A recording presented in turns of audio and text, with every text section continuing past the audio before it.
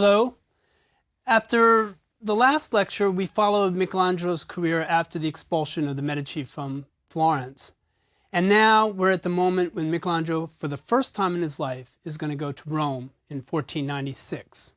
He's 21 years old, and we'd like to look at how the city impacts the artist. And we're looking at a map of Rome here from the latter part of the 16th century. The first thing that one notices about the city is a 22-mile circuit of walls that were built in the Roman times to enclose a city under Augustus, the Emperor Augustus, of 1 million people. By the time Michelangelo arrived in Rome in 1496, Rome was a city of less than 50,000. Indeed, it was a much less impressive city than Florence itself. Florence had just been through a building boom. 50 new palaces had been built in the last century, the 15th century. Rome, in contrast, was badly governed, ill-run. Very few of the roads were paved. There was almost no sanitation or sewage services. There was very little protection for the citizenry. It was a basically mismanaged city. I'd like us to imagine the experience of arriving in Rome for the first time as a 21-year-old.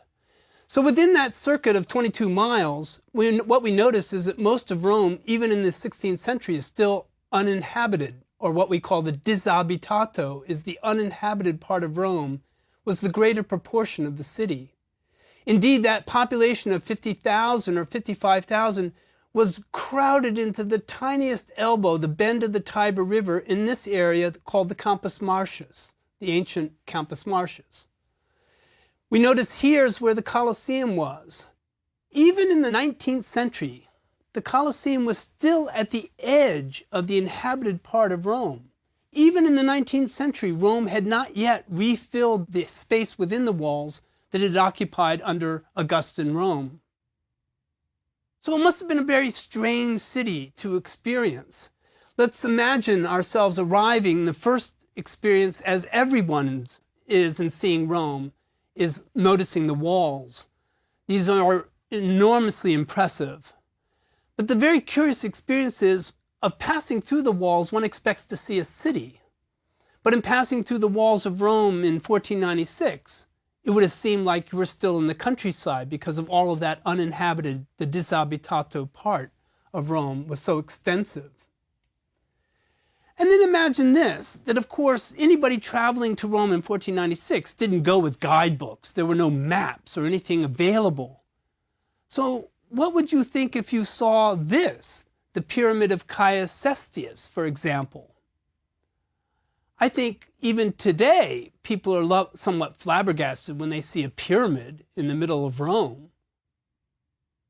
So what would Michelangelo have thought about this? So what I'd like to do is, in a sense, take you on a tour of the city, give a sense of what it looked like, what Michelangelo would have seen, what he did there in the 5 years that he's going to spend from 1496 until 1501. At some point after entering the city and wandering through it, you would have arrived finally at the Tiber River. The entire population was huddled around the Tiber because the Tiber, of course, was the only water supply. None of the aqueducts were working. It was also the place that you did your washing. It was also the only sewage system. So it served every purpose. And no wonder people got sick on a regular basis. But there would be no other way to know how to get through a city like this, where to go. But eventually one would find in that small inhabited area, the center of ancient Rome, this prominent building, the Pantheon. It was the best preserved of all the Roman monuments, largely because it had been converted into a Christian church and was a church now dedicated to Santa Maria. The Pantheon certainly stopped Michelangelo in his tracks, like I think it does almost all modern visitors. We know that he admired it, even criticized it later in his life for certain architectural features that he found anomalous. But one thing that he certainly admired, that everyone should admire when they look at the Pantheon, are those columns in the front that support the porch. These are monolithic granite shafts, 50 feet tall, single blocks of stone.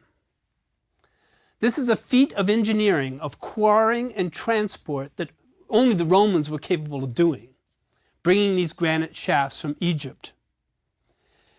If we think ahead, Michelangelo is going to accomplish something of this kind of engineering feat at San Lorenzo, when he himself goes off to the marble quarries, quarries some of the largest stone quarried since Roman times, and transports these monolithic column shafts to Florence. The interior of the Pantheon is equally impressive. It's the largest uninterrupted internal space. Michelangelo is going to accomplish something of the same in building a dome for St. Peter's. In fact, it's almost a more impressive feat. He has taken the uninterrupted span of the Pantheon and raised it onto the nave and drum of St. Peter's. One of the other places he certainly would have found his way to is the Campidoglio. The Capitoline Hill, of course, is the center of ancient Rome. It is from here where all roads lead to the edges of the empire. Little did Michelangelo know that some years later he would completely transform this space into the Campidoglio that we recognize today. But in 1496, when he arrived there, it looked more like this. It was a muddy mess, but largely abandoned, having nothing to do with the grandeur of ancient Rome that had some of the most prominent of Roman monuments situated here. This is one of those central parts of Rome that Michelangelo is going to radically transform, the great civic center. The other is going to be St. Peter's. These are far in his future, but at this moment, when he finds his way to the Tiber and has a view like this, of course he would not see a dome of St. Peter's at all. There would be, in fact, no church visible from this viewpoint. What one is aware of is the lack of any kind of embankments. The embankments on the Tiber River were only built in the 19th century. The Tiber flooded regularly, so the populace lives close to the river, but is regularly flooded almost every year. Rather than that view that we just saw, our view of St. Peter's would have looked something more like this. This is a reconstruction of old St. Peter's because it's been radically transformed, partly by Michelangelo himself. The church is an early Christian church. It's one of the first major Christian basilicas. By the time Michelangelo comes to visit it, it's 1,000 years old. It was really falling into disrepair. The walls were out of line, the roof leaked. It was one more sign of the neglect that Rome basically suffered under the pontificate, the rather corrupt pontificate of Alexander VI. However, Michelangelo did not come to Rome merely as a tourist. In the same way that he arrived in Bologna with letters to Aldrovandi, so too did he arrive in Rome with letters of introduction. Michelangelo's current patron, Lorenzo di Pier Francesco de' Medici, recommended Michelangelo to Cardinal Raphael Riario, the grandnephew of the former Pope Sixtus IV, and probably the second most powerful man in Rome.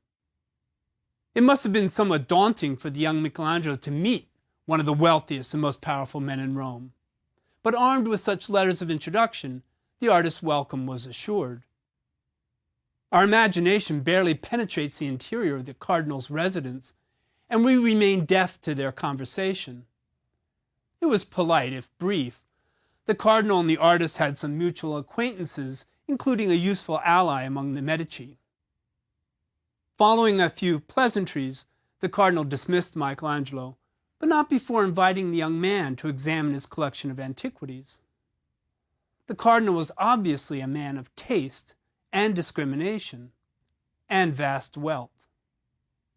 At this very moment, he's in the process of building this gigantic palace. We now call it the Cancelleria, or the Chancellery. It's one of the Vatican office buildings. But at the time, it was a private palace for a very powerful cardinal. So imagine ourselves, a 21-year-old person, an artist with barely half a dozen works, being introduced to the cardinal. But of course, the artist arrives with impressive credentials and a good letter. So naturally, Raphael Riario does a favor for Michelangelo, probably employs him, I've always kind of liked the idea that maybe Michelangelo was responsible for carving some of the ornament on this palace. In any case, once again, not unlike Bologna, Michelangelo is given a place to live, and is even given an opportunity. The cardinal tells Michelangelo to go off and look at his antiquities collection, and then to go around Rome and to look at the antiquities of Rome, and then to come back and see what he could do. And the cardinal in this case would even provide Michelangelo with the marble. He has lots of marble on hand because he's building this gigantic palace. So it's really no sweat for him to offer Michelangelo an opportunity to maybe carve something wonderful for the cardinal. So what would Michelangelo go see? What would he go see in Rome? What was available? What's going to inspire him? What's going to be the beginnings of his Roman education? Well, we must remember and think very surely that there's a lot less to see in Rome then than there is now. Much of antiquity was buried, especially sculptural antiquity. The buildings were there, but most of them were in huge disrepair. Certain sculptures like this one, the Great Dioscuri on the Quirinal Hill, still existed, largely because they were far too large to move or even to bother with breaking. The curious thing about marble is that it burns. So you can throw it into the kiln and create lime, and this is very good for farmers. Farmers are not at all interested in ancient sculpture, especially battered fragments.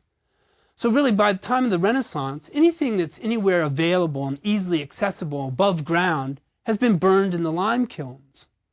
Forget all that sculpture that we see in the Vatican museums. Most of that's all found in the 17th and 18th century. But certain sculptures like the Dioscuri are so large that they were always there. They were bath art, decoration for Constantine's bath, even though in the Middle Ages they were both attributed, two figures attributed to Phidias and Praxiteles, which is kind of a laugh, given that those are the great Greek artists of the past. This is no more than decorations for gigantic baths of the Romans. But think of how these figures could have impressed Michelangelo. Not so many years later, as soon as he arrives back in Florence, he too is going to carve a giant. He's going to carve the David. And while these figures don't ostensibly look exactly alike, nonetheless, Michelangelo is always challenged by the grandeur of Rome. It's as much a challenge as an imitation. But it's actually closer in other things as well. The scale, that Michelangelo wants to work on a giant scale like the Romans. That he wants to work in the material of classical antiquity, marble. That he wants to represent the male nude in action. And here again, this is where Michelangelo departs from the model. Perhaps he's inspired by the size, the material, the movement of the Dioscuri. But how much more subtle is Michelangelo's David? The movement is implied rather than obvious.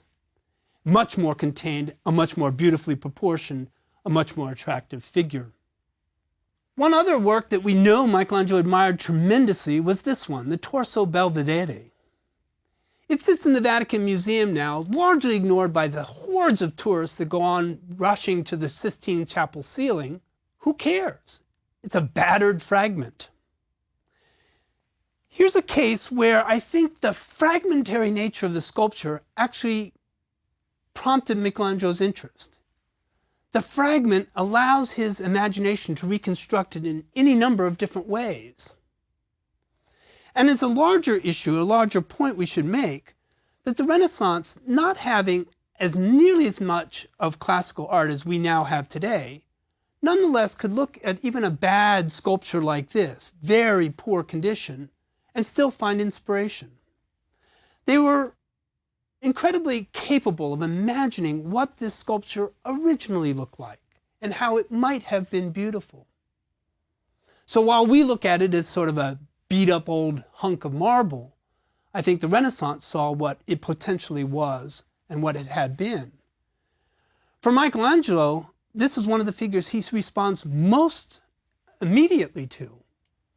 Indeed, Howard Hibbard has made a nice point that the ignudy on the Sistine ceiling are something like 20 reconstructions of the Torso Belvedere, as if he just took this body and kept making it and remaking it, fashioning it in different ways over and over and over again. It also affirms one of the other characteristics of Michelangelo's art, that emphasis upon the torso, the central part of the body. If he gets the torso right, then the limbs are just appendages. Without the limbs on the torso, Michelangelo can recreate the Torso Belvedere any way he wants. But of course, the Torso Belvedere didn't sit on a nice little pedestal in the Vatican Museum when Michelangelo saw it in Renaissance Rome. It sat like this, on the ground, as we see this in a drawing from the 1530s, on its back, which makes it all the more stunning that Michelangelo was able to, in a sense, rotate this figure, set it upright, lie it down, see it from various sides, reconstruct it in various ways. And even in its lying down position, it could also inspire Michelangelo himself to think of figures like this, a river god, as if it's a reclining male nude. And he'll create a river god for San Lorenzo many years later. So too, that Torso Belvedere is still in Michelangelo's mind when he's carving the figures in the Medici Chapel. And the great figure of Day, radically different, radically refined compared to the beat-up torso, but nonetheless one can see something of the ultimate inspiration from the ancient work. Well, by far, without any doubt, the most beautiful, best preserved of all these classical antiquities was the Apollo Belvedere. It was found sometime in the 1480s, that is, not so long before Michelangelo arrives in Rome. And unlike some of these other works we've just been looking at, it exemplifies the beauties of classical art. It serves something as an ideal. It represented, in fact, just the opposite extreme from the Torso Belvedere of a highly muscular male in a somewhat unflattering position. Instead, now we're looking at a marble god, Apollo, god of light, art, sun. This is a stunning figure, absolutely beautiful. We now consider it a somewhat minor, somewhat Hellenistic knockoff, but given that there aren't that many things to look at, that many sculptures for Michelangelo to see, this would be a revelation. And how exactly do you think he could incorporate this into his art? Well, think again about those ignudi on the Sistine Chapel.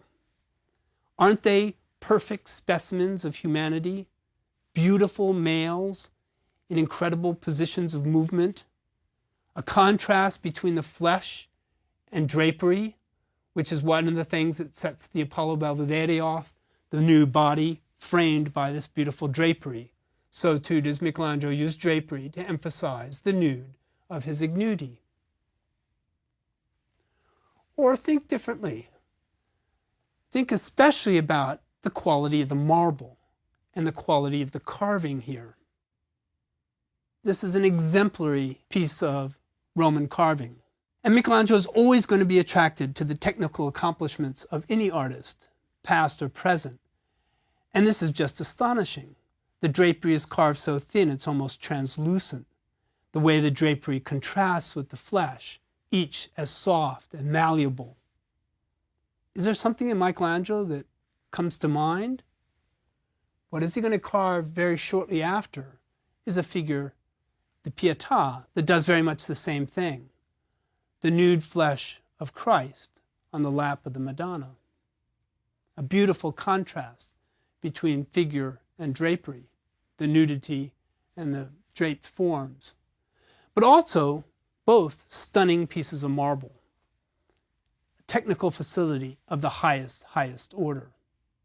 But before he gets to the Pietà, the first work Michelangelo is going to carve, that very figure that he's going to carve for the cardinal to show him what he could do, is the Bacchus. The Bacchus is now in the Bargello in Florence, but this is the figure that Michelangelo carved on the cardinal's invitation. And of course, it is not unlike the Apollo Belvedere in that it too represents a classical god. Instead of the god of light, art, and music, we have the god of wine indulgence. But nonetheless, we can see how Michelangelo is creating a godlike form on a godlike scale out of the godlike marble of antiquity. Let's take a closer look at the Bacchus. It's not everybody's favorite work of art, and quite understandably, I think partly because of its success. Quite stunningly, Michelangelo has carved a god, but he's carved an inebriated god. Bacchus lurches towards us with his cup of wine. He may be pouring some of the wine as a libation into the earth, but as one approaches this sculpture and gets close to it, one almost feels like he could pour it over us. It's really a stunning achievement. But it's not particularly attractive in certain ways. The body is soft and pliable. The figure seems to be somewhat awkward. Grapes drape over its head. And indeed, the cardinal didn't like it. He rejected it, and we're not exactly sure why. This is a worldly cardinal, a man of the world, a man of letters, a man of learning, a man with a classical education with an antique sculpture collection. And yet Michelangelo's figure was distasteful to him. We're not exactly certain why, but maybe Michelangelo has pressed the boundaries of the possible. Maybe he's tested the cardinal's taste and found it somewhat wanting. It's interesting that Michelangelo basically wrote the cardinal out of his biography altogether. We hardly even know until documents were discovered in this century that for certain the cardinal had commissioned this figure. So Michelangelo, many years later, looking back, rejected the cardinal like the cardinal rejected his Bacchus. Instead, it was acquired by Michelangelo's friend, Jacopo Galli. Jacopo Galli was associated with the cardinal, became friendly with Michelangelo during this period in Rome. And here we see the Bacchus standing in the garden of Jacopo Galli, his own antiquities garden. And here we get a very good idea not only of Jacopo Galli's garden, but of any of these antiquities collections, such as that of Raphael Riario. Notice the basically piecemeal nature of most of the bodies. Torso here, a relief fragment there, another torso. In this group of somewhat unimpressive fragments, Michelangelo's Bacchus stands high and impressive. Indeed, it so successfully imitates an antique, it looks like an antique. Almost more successfully imitates Hellenistic sculpture than anything that we could find in Hellenistic sculpture. But we could also notice that Bacchus's hand is missing, the right arm. And I'd like to ask if perhaps Michelangelo has tried something so technically difficult, and we know that up to this moment, Michelangelo really hasn't done that much, especially sculpture in the round, which is extremely difficult compared to relief, except on a small scale. To carve a sculpture life-size or larger than life-size, which is the Bacchus, and have a hand coming out holding a wine cup is an enormously difficult project.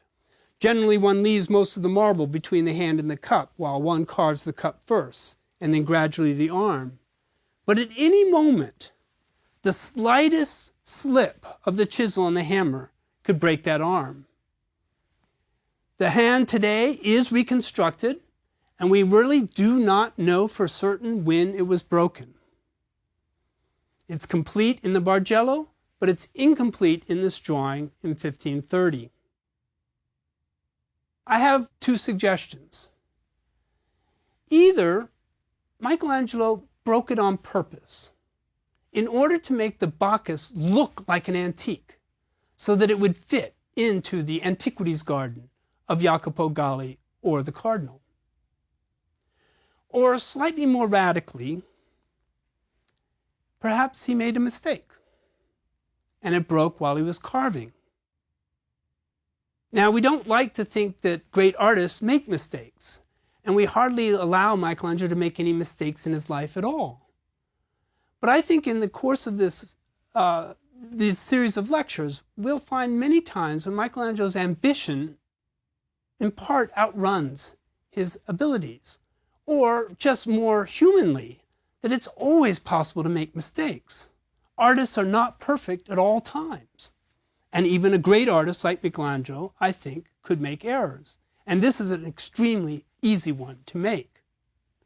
Wouldn't that be just enough for the cardinal to reject the figure? That the figure had come so close to being perfect, recreating a god, and yet suddenly it's marred, flawed, and the cardinal was unable to see it like we can see it here, as if it's an example that fits in very well with his antique collection. Because what the cardinal was looking for was a modern great marvel. He had heard about this sculptor from Florence, sent to him by Lorenzo di Pierfrancesco de' Medici. He expected something better. After this first vivid glimpse of Michelangelo's life in Rome, the artist largely disappears from our sight for exactly a year. He ate meals, slept, took pleasure in the company of his fellow Florentines, and discovered just how extensive were the sins of Rome. But we're basically blind to his rhythm of life. More than likely, it was largely banal, full of the aspirations and frustrations of any young man in his early 20s.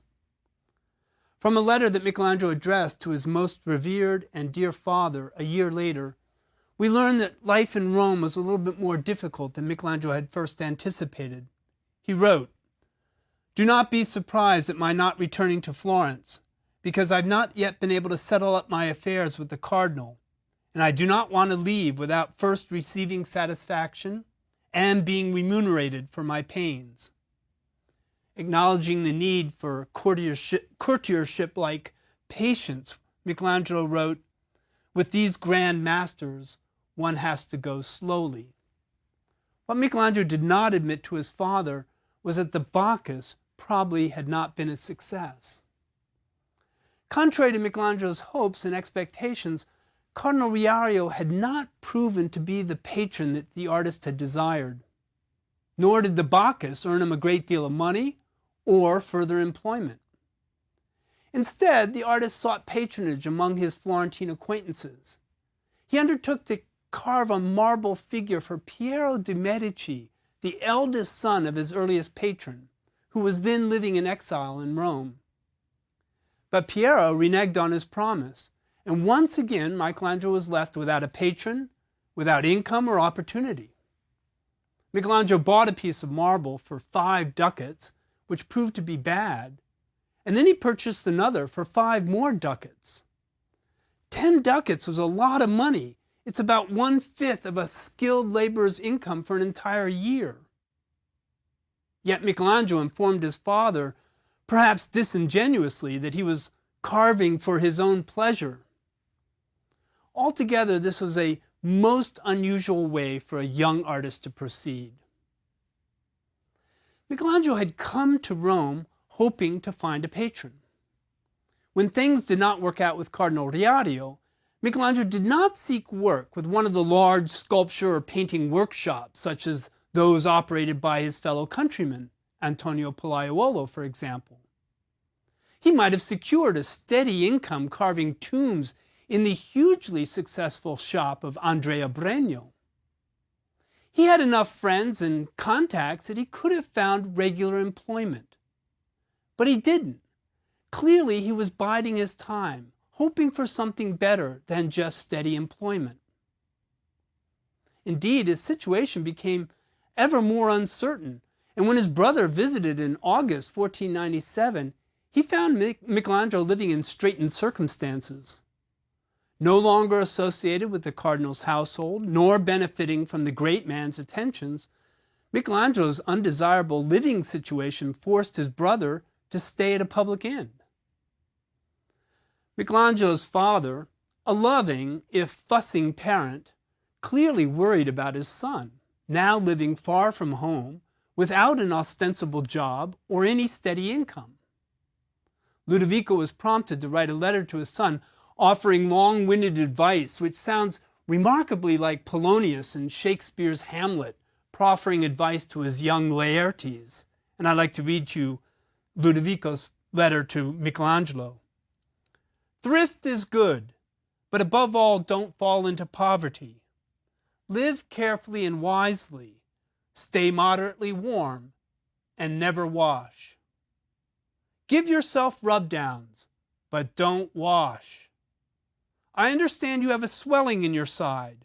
This comes from living in straitened circumstances, or from overwork, or from exposing your feet to the cold and damp, or from eating bad and gaseous things. I have often been bothered when I eat fart-making food or when it's cold. You must guard against such things. Especially pay attention to the dangers of the weather and do not open windows. Watch yourself.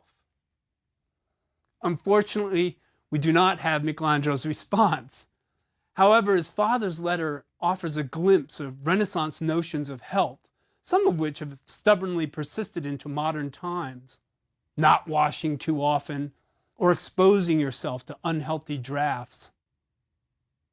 Michelangelo finally did return home, but not after spending 5 years in Rome.